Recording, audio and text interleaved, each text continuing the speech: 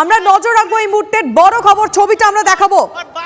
যুব কর্মীরা তারা কিন্তু দক্ষিণ আকড়াতলা ফেরিঘাট নেজাট সেখানে তারা ঢুকে গিয়েছে এবং ফেরি করে তারা আজকে অদম্য জেদ দিয়েই তারা আজকে এসেছে, যে কোনোভাবে তারা সন্দেশখালীতে পৌঁছবেই এবং সেই জেদ দিয়েই তারা কিন্তু এখন ফেরিঘাটের দিকে এগিয়ে চলেছে।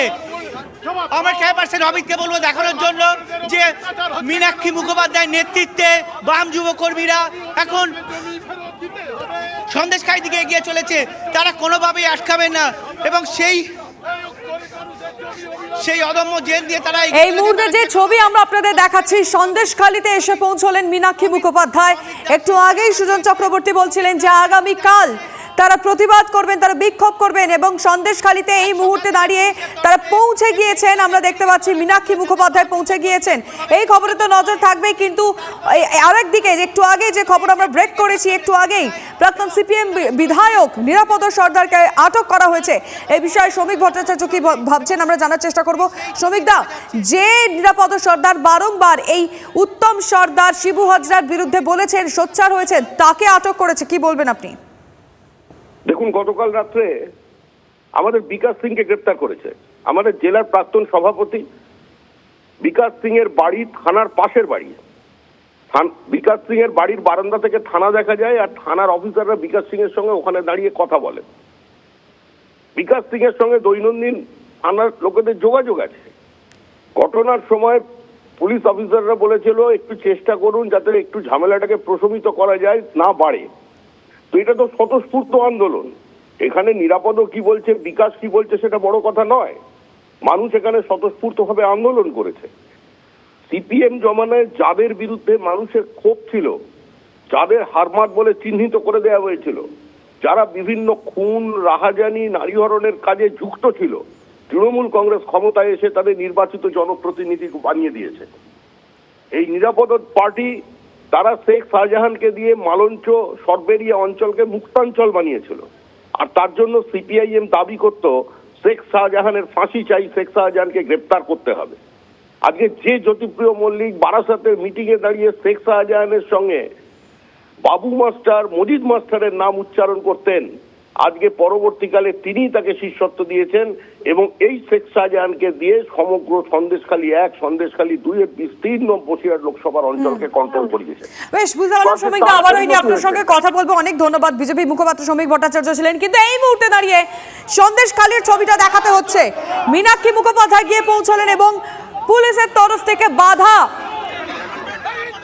এই মুহূর্তে আমরা যে ছবি দেখাচ্ছি, ফেরিঘাটের যে ছবি, মীনাক্ষী মুখোপাধ্যায় পৌঁছতেই বাধার সম্মুখীন নেজাটে বাম যুবনেত্রী মীনাক্ষী মুখোপাধ্যায়।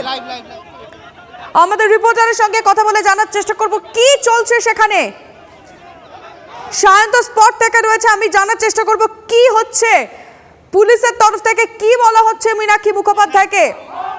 নেজাটের ফেরিঘাটের ছবি এই মুহূর্তে আপনাদেরকে আমরা দেখাচ্ছি। মীনাক্ষী মুখোপাধ্যায় পৌঁছতেই বাধা পুলিশের। শান্ত এই মুহূর্তে স্পট থেকে রয়েছে। শান্ত,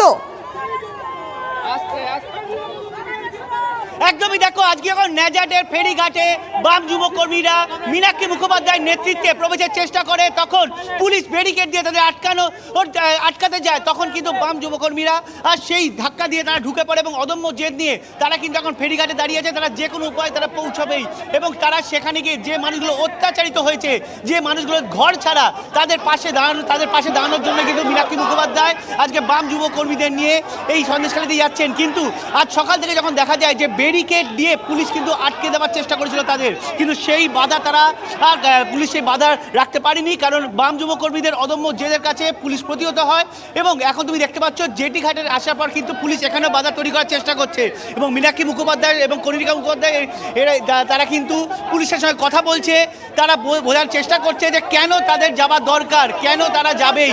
এবং শান্ত সঙ্গে থাকো, মীনাক্ষী কি বলছেন শুনবো।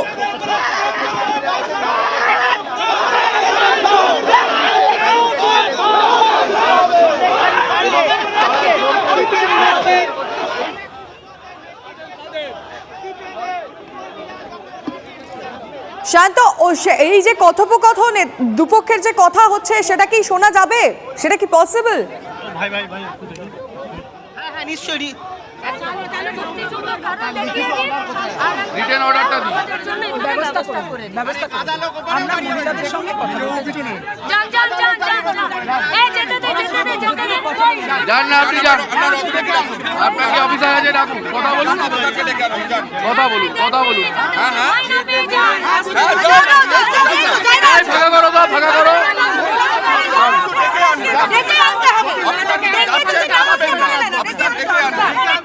যান যান, যাচ্ছেন না কেন? অফিসার আছে, যান। আরে হয়ে গেছে, আপনি যান না। দেখো, এখানে যে পুলিশ যিনি দাঁড়িয়েছিলেন তিনি জানালেন যে আমার পক্ষে কিছু করা সম্ভব না, আমার সিনিয়র আধিকারিক যতক্ষণে না আসছে। সেই মতো বাম যুব কর্মীরা মীনাক্ষী মুখোপাধ্যায় কিন্তু প্রত্যেকে বলছে আপনার সিনিয়র যিনি আধিকারিক আছে তাকে ডেকে পাঠান, আমরা তার সঙ্গে কথা বলবো। কিন্তু এবার তুমি দেখতে পাচ্ছ যে পুলিশ, সেই পুলিশ কর্মীকে পাঠানো হচ্ছে এবং সেই সিনিয়র আধিকারিককে ডেকে পাঠানোর জন্য বলা হচ্ছে।